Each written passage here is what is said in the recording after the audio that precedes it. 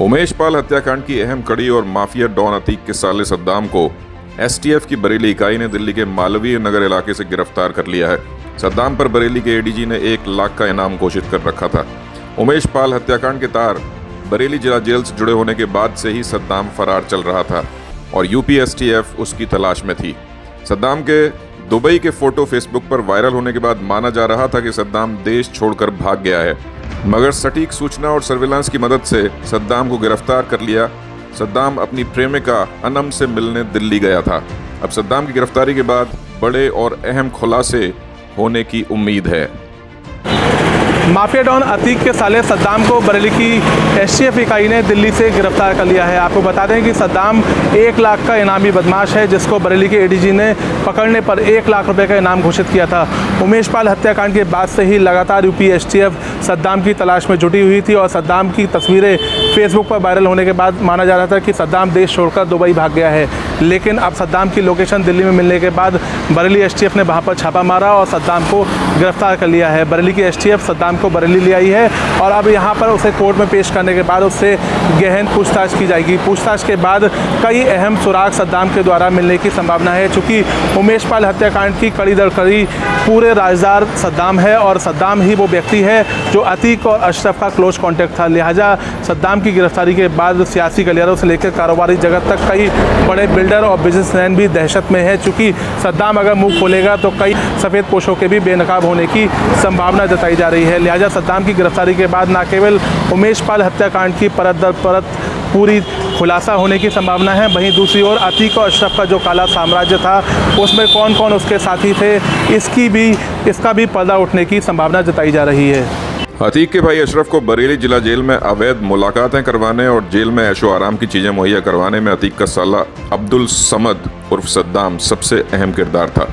सद्दाम बरेली के फाइक एनक्लेव में फर्जी आईडी पर कमरा किराए पर लेकर रहता था और यहीं से वो अपने गुर्गों नाजिश और लल्ला गद्दी की मदद से अशरफ को जेल से सिंडिकेट चलाने में मदद करता था। अब्दुल समद उर्फ सद्दाम पर एक मुकदमा बिथरी चैनपुर थाने में जिला जेल में अवैध मुलाकातें करवाने पर दर्ज है और दूसरा थाना बारादरी में फर्जी आईडी पर कमरा लेकर फर्जीवाड़ा करने से संबंधित है।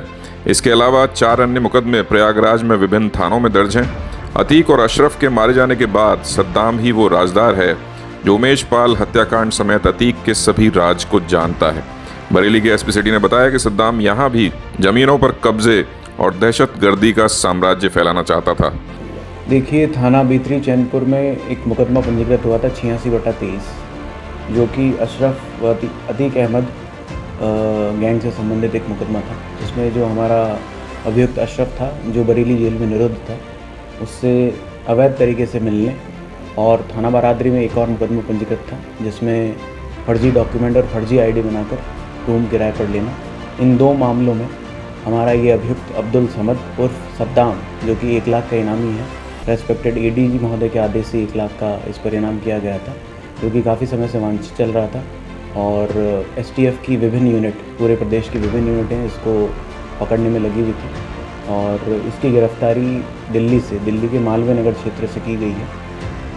इससे इंटरोगेशन से पता लगा कि ये अपनी प्रेमिका अनम से मिलने के लिए वहाँ दिल्ली गया हुआ था और उसी के साथ ये वहाँ पर मौजूद था और इसके पास से 1 अदद मोबाइल और एक हिंडई कार बरामद हुई है और अभियुक्त अब्दुल समद, इसके विरुद्ध अभी तक 6 मुकदमे पंजीकृत हैं, जो कि मुख्य रूप से ज़मीनों पर कब्जे और धोखाधड़ी इस तरह के मामले ज़्यादा हैं और यहाँ पर भी ये सद्दाम एवं नाजिश और अन्य व्यक्तियों के साथ मिलकर बरेली में ये इसका लॉन्ग टर्म प्लान था कि यहाँ भी ज़मीनों पर कब्जा करने की कोशिश करें। 1 लाख का इनाम होने से पूर्व अब्दुल समद उर्फ सद्दाम पर इसका NWA जारी करवाया गया था। उसके बाद 82-83 की कार्रवाई करवाई गई थी।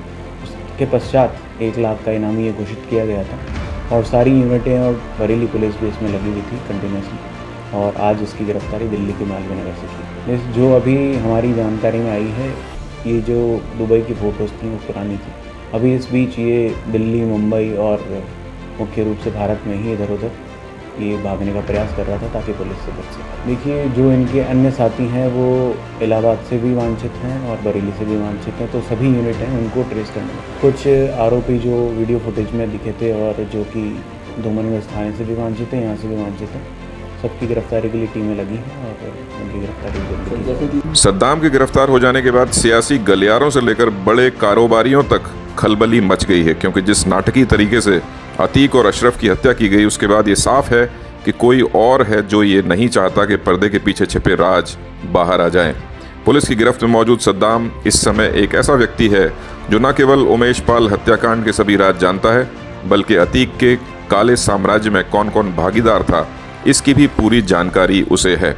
लिहाजा अब जब पुलिस सद्दाम को रिमांड पर लेकर पूछताछ करेगी तो कई अहम खुलासे होने की उम्मीद है।